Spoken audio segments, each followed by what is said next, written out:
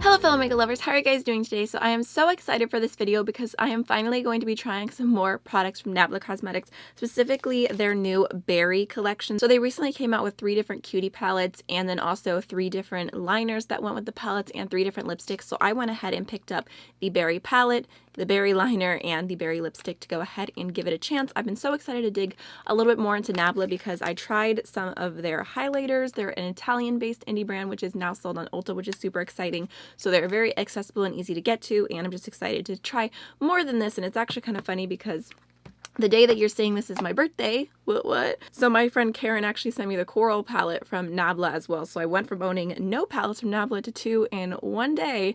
But I'm excited to go ahead and dig into this and then this one in the future. So the official name of this one is the Wild Berry palette. It retails for $24. I think the packaging is adorable. There's little strawberries and blueberries and raspberries. So very, very cute. So here is the inside. It is such a cute little color story. There's 6 pans. 3 of them are mattes, 3 of them are shimmers. I was super drawn to this because I feel like either of these shades would work in the crease. This would be a great deepening shade. And then these two could both be beautiful all over the lid. And then there's also an inner corner type shade, which is what I'm drawn to. It's a really beautiful duochrome, so I'm so excited. Let's just go ahead and swatch it. First we have the shade Incense, which, oh, okay, well that one honestly just looks like a satin. There's Incense. I feel like, yeah, that is a very, very soft satin. You could probably use that as if it was a matte because it's so subtle. I do really like that shade. I kind of prefer either a true matte or a true shimmer. And then we have the shade Venom, which is a really vibrant berry. I barely even dipped in that. Wow, that's really pretty. It's almost like Barney Purple Berry, but still cute. Feels a little bit drier, just feeling the texture, but not bad. Obviously pretty pigmented, and purples tend to feel drier. And then we have the shade Bucolic Baby, which is a very interesting name. And this is another kind of duochrome. It has like a warmer base and then this like pinky shift. It's a subtle shift, but I really think that will be beautiful all over the lid. Next we have Alchemy 2.0, which is beautiful. I mean, look at that shade. It is just stunning. It's like a pink to blue duochrome, and if you're not familiar, Alchemy is actually one of their like most famous single shadows, so this is a different version of it. I think Angela Marie Tanner, maybe I'll post it on here if I can find it, did a comparison between both shades. I think it was her if I remember correctly. Yeah, that is really, really pretty. Next we have the shade Blackberry, which this was one of the shades I was the most drawn to because I just love shades like this. Like, it's really deep, deep eggplant shade. It's almost brown how deep it is, but you can still see that tint of purple. Oh yeah, that is beautiful. I love a good eggplant. And then we have the shade Botanic Juice, which is a really kind of pretty rosy tone. So there are all the shades. I mean, I feel like it looks really, really beautiful. And then next we have the Glam Touch lipstick, which retails for $16, and I have the shade Wild Berry. It is described as a neutral berry tone. The packaging on this is pretty cute. It's not super heavy, but it's not super light either, so it feels luxe. And let's see. No, that's not a magnet. Okay, never mind. It felt like it was going to be a magnet. So it pretty much just looks like a true berry tone. I rarely buy lipsticks like this, but I just thought I'd grab it in conjunction with the collection. They're all meant to go together, so we'll see how it goes. And it looks pretty. It doesn't look too matte or anything. It kind of looks like it's going to be a very natural finish. Looks pretty pigmented. It smells good. I swear it literally smells like fruit roll-up. Like, no lie. Like, not even just like a little bit. It smells like, it smells edible.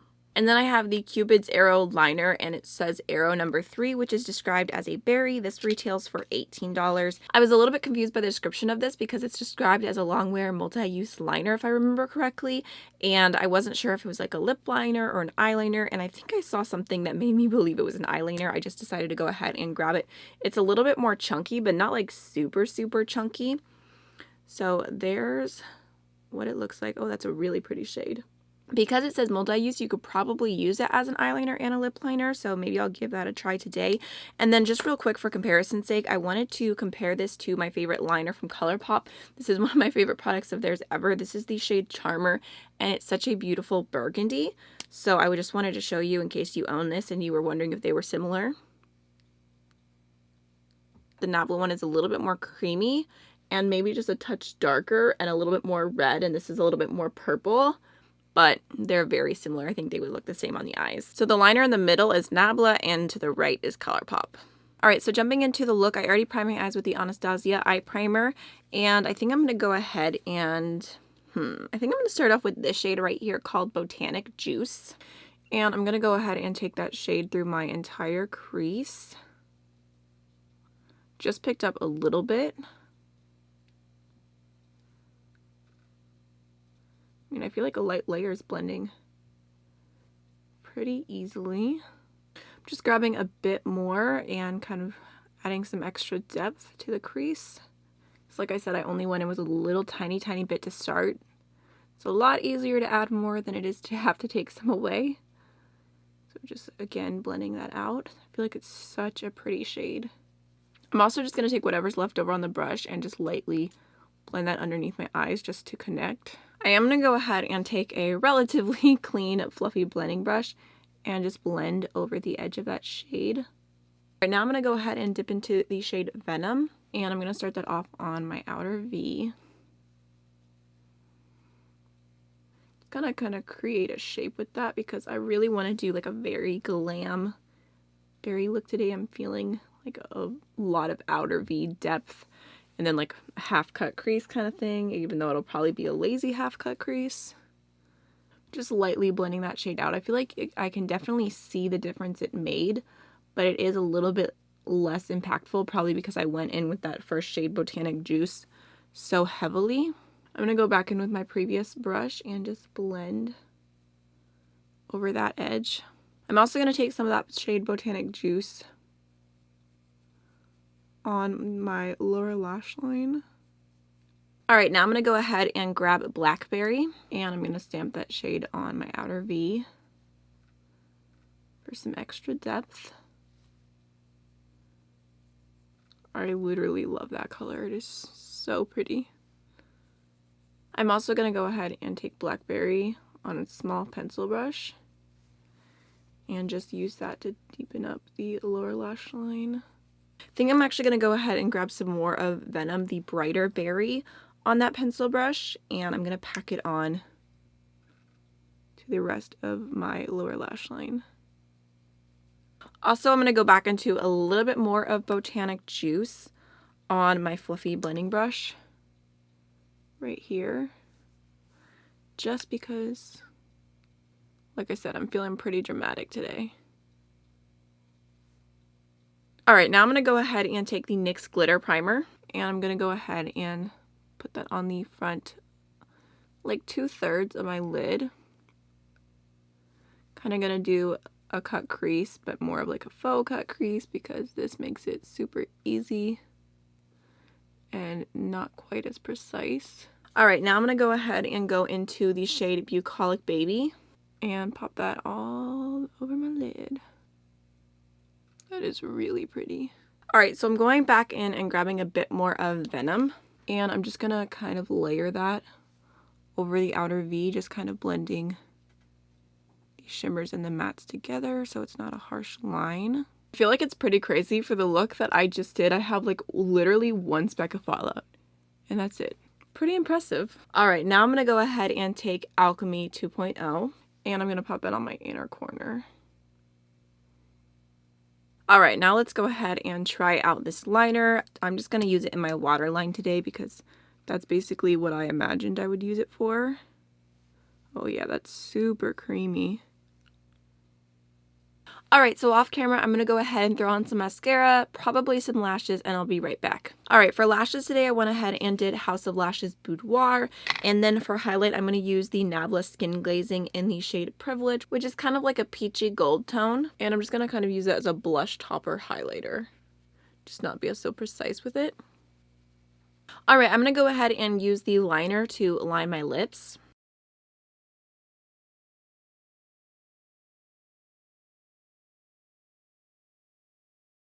Alright, not sure if I necessarily like that as lip liner just because it's so creamy and high pigment that it's hard to be precise, so I think I'll probably just use it as eyeliner in the future. Now let's go ahead and try out this lipstick.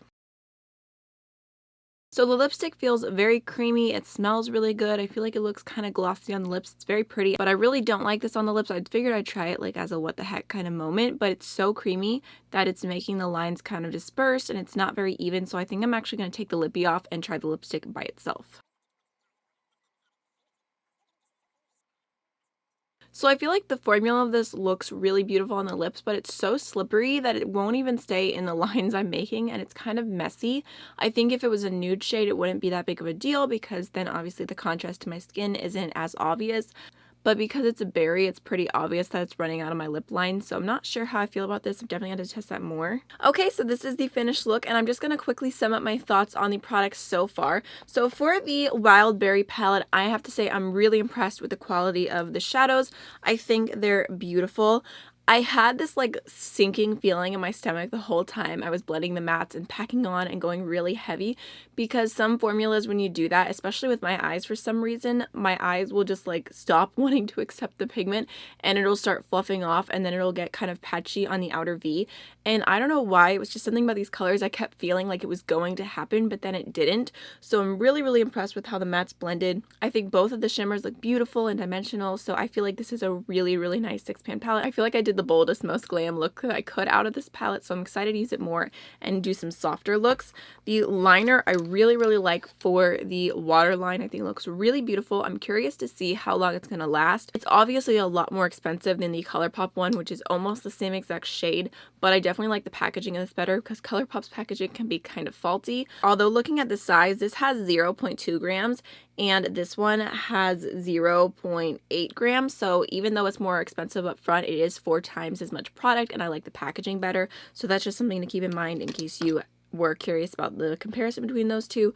And then the lipstick, I just feel very, like, I'm not sure. It feels super comfortable, it smells great, it's a pretty color, but I'm just not sure about the formula as far as it being a berry. Like I said, if it was the nude, I'd probably like it more, but I just need, if I'm wearing a darker lip, to be able to make the edges a little bit more defined. I'm going to try it with another lip liner, something that's not so creamy, and see how it goes. So those are my thoughts so far. I really hope you enjoyed the video. If you did, don't forget to subscribe before you go, and I will see you in the next one. Bye.